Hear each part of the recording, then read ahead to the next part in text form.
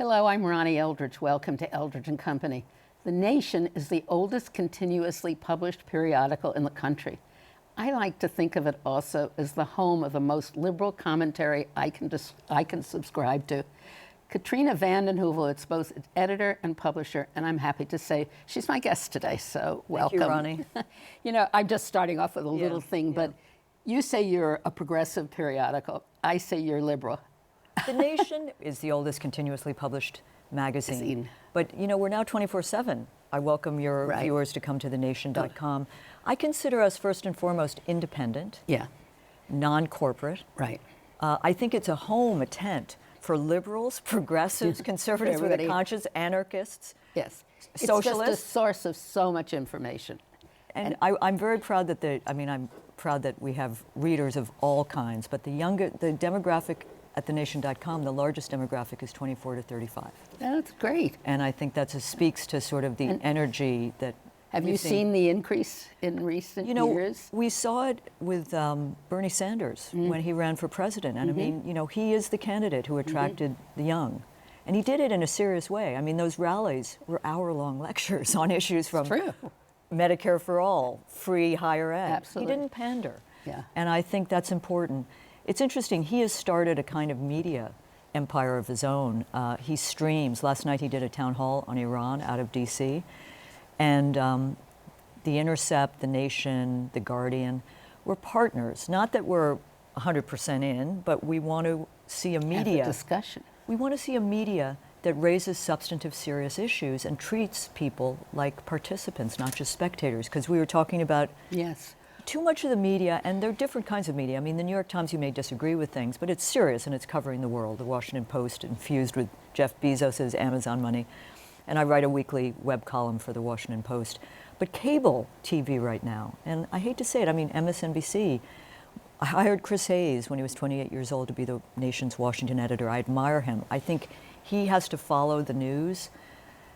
But so much of it, Ronnie, we were talking, is about Trump's awfulness. Well, let us agree that there is an awfulness, but you're not going to really energize people, it seems to me, and it's a replication of a playbook we saw in the Hillary campaign. You got to lift things up and what's going on in the country. I was pleased that the teachers' strikes, which began West Virginia, North Carolina, Kentucky, Arizona, got some play, some attention, because it shows people in motion, people organizing, teachers saying enough of gutting. And it's so important states for the political. I mean, it's just so important because I've always felt what's missing is a sense of the common good in this country. You know, that is right. And, you know, two things. First of all, Trump, with his tweets, distracts, distorts, and he does what Politico describes as winning the morning. He drives the coverage of the day. So you're losing sight of bigger issues which need attention. But I just think common good, I heard you were talking about common good.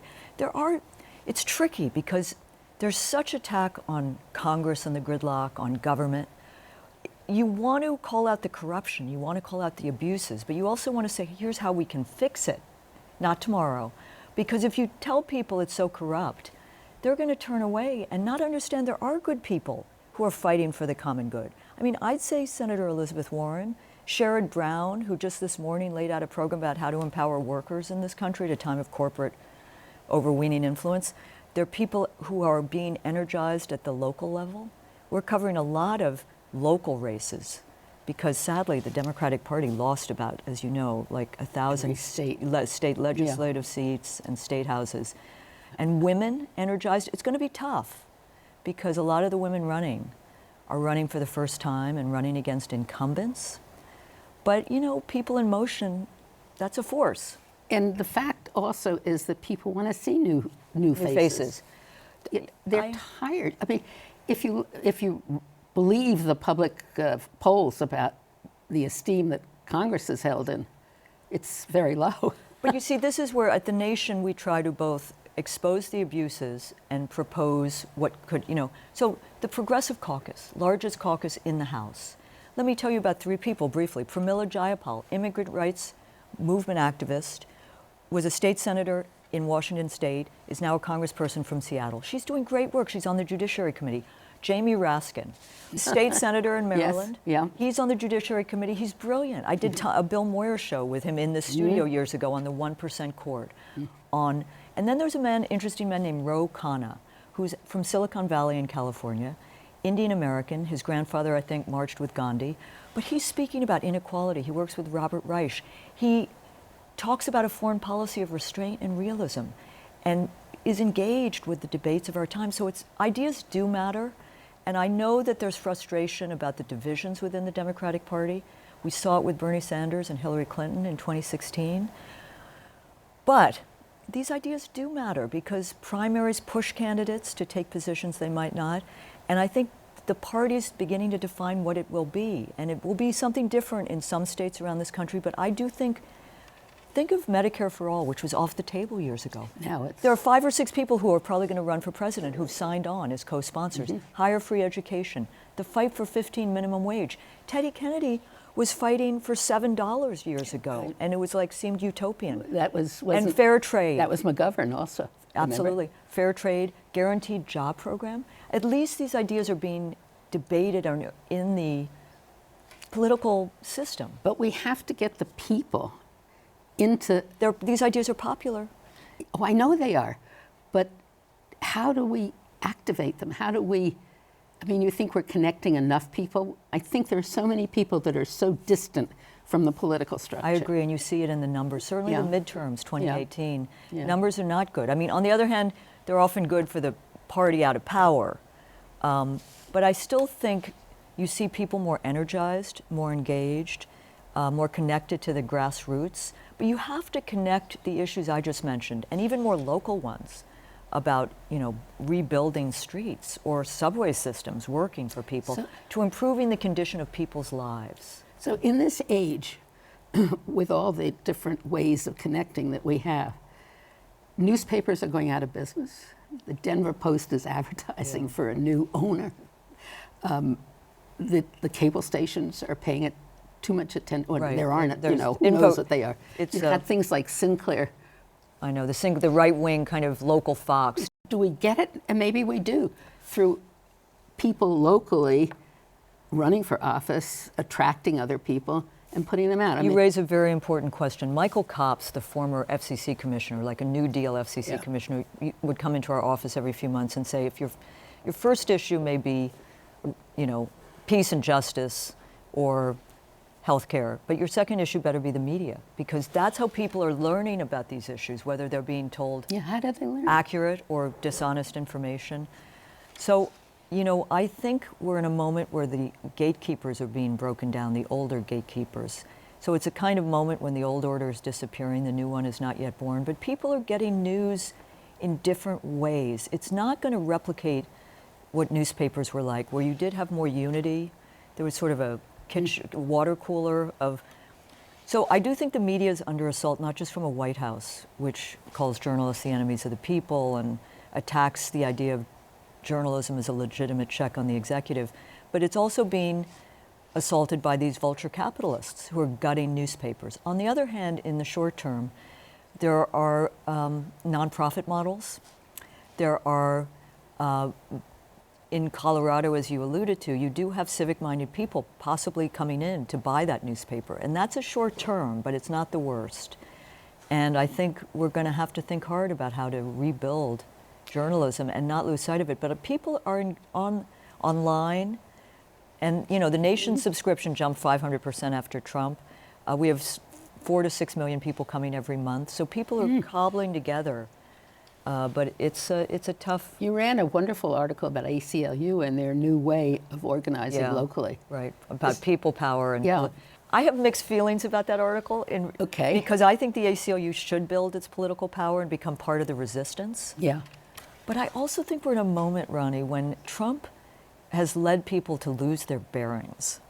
And I think that it's very hard for the ACLU. I mean, you remember, it's designed to protect the rights of the minority, and unpopular views and more speech, not less speech. Lost half its membership, I think, in 1978, Skokie, when it represented neo-Nazis. So I think it's in a complicated moment because it hasn't, it needs to retain its true civil libertarian purpose, and I think some lawyers inside the ACLU That's are more interesting. complicated. Well, somebody like him should be working within the Democratic Party. Who? Their organizer. Oh yeah, I Yeah. mean they are doing that. Right. And And you're right about the ACLU, but it's the activity that's... I love the yeah. building, Right. and the ACLU in 1920 was founded in a way as a movement to counter the deportations of the Red Scare Palmer raids of those times. You see that parallel with the ICE horrific, odious deportation Right. policy of What's- separating families. What's going on with immigration, with education? I know, the education. They're We don't hear that discussed other than the strikes. front page of the New York Times was about Betsy DeVos, the education Yes. department, and how they're unraveling the protections against But for-profit did you see that on universities. television? No, and this is the disconnect. And I think we need to replicate a talk show or two where it's just issues of the day, in a sense, and not just Trump. Because Trump is He's just- winning the day. He is. He's taken over. And right? and you know the real scandals are not just the palace intrigue. You know, I like to say that it's like you see the obliteration of the line between news and scandal. The real scandal, for example, even with like a Scott Pruitt of the EPA, it's not really his 24/7 guard service Right. and It's it's that he what was he's the appointed regulations, right. to be head of an agency for which he has contempt and is rolling back the regulations which civilize this country: clean air, clean water, clean food. So you see that, and I think until we can put people in government who care about making government work for the common good, it's very tough to make the case for government, which is essential. Yeah. I always have this fantasy or this question in my mind. Obviously, when you read some of the things that these agencies are doing, it seems to me it's obvious that it hasn't come from the directly from the president, from Trump. Right. But it's come from the people who he's Appointed. And he didn't even appoint them. It's the people around him who appointed them, right? He's their figurehead. Look at the evangelical community. Look I at mean, Israel yesterday. So with the evangelical community, though, they have made a deal, very transactional. They have the courts. They have policies on, the slew of policies that suit them. And you see with Israel, tragic, horrific, excessive use of force against Palestinian protesters. But it's kind of like payoff to evangelicals and a right-wing base in this country, which has forged an alliance which is making the possibility of peace in the region virtually impossible at this stage. I'm kind of intrigued about what happens with North Korea, South Korea. I think we have a terrific correspondent, Tim Shorrock, who's going to Singapore to cover the summit. He's covered the South Korean presidents over the last years, and I think Kim and Moon particularly deserves an enormous amount of credit for really driving this, as do the women protesters who went to the DMZ. It's very hard to see North Korea giving up its nuclear program in light of what's happened to Iraq, to Libya. It's no sense. It makes no sense. We won't give up ours. I know, and not only will we not give up ours, we're enhancing it. And do you hear that on television? No. No, but you do again see it as a lead story in the New York Times. But Right. the problem is who's reading what. But that's where the cable is letting us down. I think one of the real problems right now is you have in this administration, for example, on Iran, you have people who want to change the behavior of the regime, and they've withdrawn from a treaty which was not only the diplomatic capstone of Obama's, but vital for global regional security. It was a very good agreement.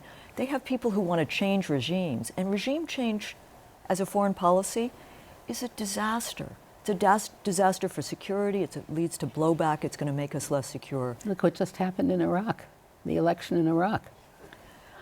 We have a good piece. I will say, Ronnie, I think one of the problems is sometimes the election of Trump was not just the election of Trump. It was a kind of angry rebuke against a foreign policy and an establishment which had shown disrespect to people and hadn't really, it seemed to millions of people, not worked for them. Trump, of course, is just, kind of the worst transactional fire you, and it's scary when he hires you now, who's he's going to hire. But I do think one has to look at that election in the context. I think it was like the first post-financial crisis election, because Obama was too early, 2008, 2012, and into 16 you still had the residue of a country which had been scarred by a financial crisis, which had not, and then the dislocations of our economy, which no president can really fix, and it's about changing world, but if we go from the worldwide view back down to the political view, it also was a comment on the Democratic Party. absolutely. And no, do you see that much change in the Democratic Party? well, I see, I'm hopeful because I think some of the issues we were talking about Right. have moved the Democratic Party But to we be d- more connected to people power. One of the big problems, Ronnie, which is old-fashioned, but it's real and it's growing, is money. I mean, you know, the dark money that, you know, there's a lot of talk about Russian interference in the election. Well, can we talk about the dark money of the Caucus and their allies? I mean, that is a kind of interference with democracy power that is not going to diminish. I think in That has three candidates that the nation even talked about, which Yeah. I didn't hear anyplace else, where one of the candidates really says that he thinks the most important issue, isn't that true, is money. is money. Yeah. And I think the tax bill, which was unpopular and should be highly unpopular, the deficit blow up, give to the corporate, was truly a pay-for-play bill. I mean, it was corporate donors, big money donors, crafted that, wanted that, and they got it. But it's going to It gets Blow in a up. way overwhelming. But the Democratic Party, it is not so much the party itself and the party structure. I don't even really know what they're doing. But it's also the communities and the people who've risen from them to run. Yes, yeah. Which I think is very important. I think Howard Dean was the best chair of the Democratic Party. I think he was the best chair. I think he was an accidental candidate in some ways because he did Right. oppose Iraq, but he was, you know, Right, he yeah. was more traditional in some ways. Right, right. But what I think is exciting, and they're not all going to win, but that you have people who are waitresses, sheriffs, you know, school teachers, mothers who've decided they want to get involved and run, and young people. And I think they may not win this time around, but I suspect that they will stay engaged. I hope they stay engaged. And I think you know what that's else we have important. is there are average people who don't have a lot of money who are having parties to raise money Yeah. for other races outside. They're what I call all these pop-up groups. We Yes. had a group come in the other day to the Nation called Swing Left. There's Indivisible around the country, largely run by women. You have She Must Run. I forget, my daughter took me to this gathering. It's for millennials to run and get engaged, and they're really savvy. And then you have different groups like the Working Families Party, which originated in New York State, but now is across the country in different elections. People's Action, Democracy for America. Howard Dean was a very good head of the DNC, but a lot of power is sapping out of the DNC into these other groups. I think that's very good. I think it's good because it moves more close Because to communities. I don't think the DNC has been doing what it should be doing, and I think it so much represented the establishment in Congress and every place else. I was upset when they had that race for who was going to be the chair. My candidate was the mayor of, is it? Oh yeah, he's in Peoria? play. He's in play for 2020. I think he's the Buttigieg, or he was Indiana. He's he Indiana. unfortunately has a A Terre big Haute. tough. Yeah. Yeah. Well, I thought he was great. Vanden Heuvel is a tough name too. No, right. No, but his name is a tough one. But there are going to be 15 to 20 people running in 2020, and Well, I don't want him to run for president, do you? Well, he's mentioned in the lists. But because there's a whole slate of mayors. The idea is you want people who are governors or mayors, not necessarily senators, to run. Right. I'm frustrated by some of the Democratic Party antics, but I think there's some hopeful signs. I think people are frustrated by the divisions, but I see in those divisions the kind of trying to clarify what the party is, what the coalitions will look like, what the issues will be. Primaries are important. I mean, I know people don't like the backbiting, but if you can make the case. I just want the Democrats to find a way to come together at the same time, not moderating their positions. Well, let me give you one. We have a very good article at thenation.com on how Democrats should talk about national security. I mean, you have a Democratic Party, which in my mind has not really stood up on majority supported the Iraq War, Libya, policing the world instead of bringing some of the, and it's not isolation, of bringing some of the money home. I think there's another way to talk about national security as realism, restraint. We don't need to have bases ringing the world, and bring back some of that money to rebuild this country while you stay engaged in always dialogue, diplomacy before war, which has not been the answer. But I think Democrats are still kind of, that's soft on, they're soft. I've always said the idea that you're hard-headed means no new ideas come into your head. So let's reframe soft and just, and I think it's an issue because Trump, he lied about his opposition to the war in Iraq, but he did say, what are we doing in the Middle East? Trillions of dollars. And there was a study that showed that he won in counties where you had young people who had been deployed multiple times or casualties or deaths. Because people, I don't think are anti-war. Yeah. I think they're sick of endless war. And I think there's something there that can be worked with in a real, honest, genuine way, not a crass way, but that's important. I know that you've always been involved in Russian politics. That's not, let me reframe that. I've covered Russia, the Soviet Union, for 30 years as a journalist. I've worked with independent media groups, women's groups. Right now, I mean, I said to someone the other day, I may go to Moscow for a week to do some reporting. And I mean, people are, it's just, you know, again, it's, the opposition to Trump should not be opposition to common sense. Let Mueller's investigation proceed.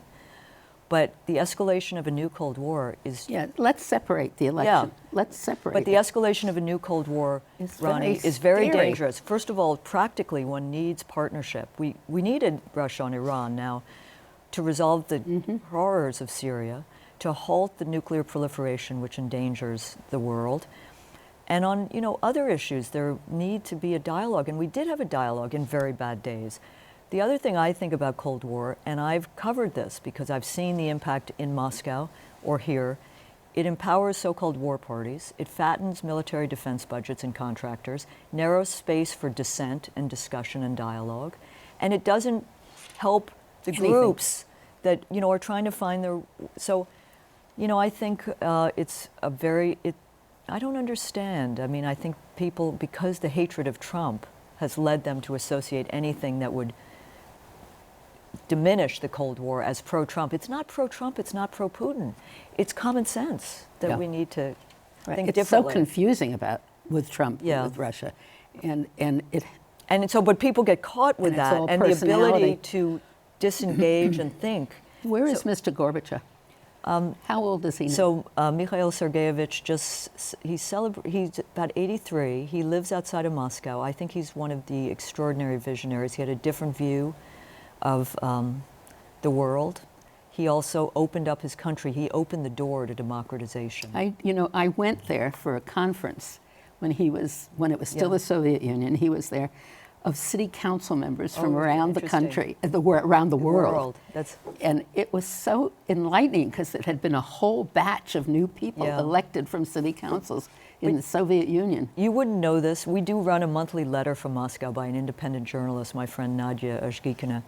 She wrote a piece a few months ago about the municipal elections in Moscow. There were 1,500 seats, and 290 or some were won by independent candidates. Isn't it? So there are problems. I'm not saying Russia isn't, the state media is controlled, soft authoritarianism, but there is more going on. And it saddens me that the coverage of a country with such history and complexity is reduced often to just Putin, as if he has done everything. It's more complicated. So what does he think about the country and the world? Gorbachev? Yeah. If you can believe this, and this is a man who opened up Russia to democracy, tried to rethink the way he must look out at the world, and I think he gets depressed, but he's just written a book called Ya Останаюсь оптимистом, I Remain an Optimist. He's a part owner of an independent newspaper called Novaya Gazeta, the new newspaper. So he stays in touch with younger journalists. And he is, I think he, and I have to say, the ex-president, Jimmy Carter, is another force, comparable in terms of seeing a different world and the possibilities of alternatives to what we live with. You're inspiring when you tell us all the things that are happening in the country. I'm trying to keep myself, hard to know. I'm trying to keep hope alive. It is difficult, isn't it? It is hard. These are It's very a pressure on us with and there's a so many- whiplash of news, and you don't know where to react, and you have to keep your bearings. and a whiplash of opinions and how people and view vitriol. different things. I do Twitter. I mean, social media has its values for the nation. We Well, get our stories out, but it's often there's an argue culture which veers Yeah. into vitriol, not. and it's right. And you can tell it, I think, in the general population. People are just not, it's just not a happy world right now. It's not a happy country. We get to be vicious or vindictive. But there's also hope going. I mean, the people in motion, people Yeah. engaged, people saying, That's what I want to "Enough." hear. Yeah, Yes. and I think I try to focus most days. Well, I hope you'll come back again. Yes, and that absolutely. and that we'll have this almost monthly kind of I reinvigoration. would love to. Thank you so much, Thank you. Katrina vanden Thank you. Heuvel.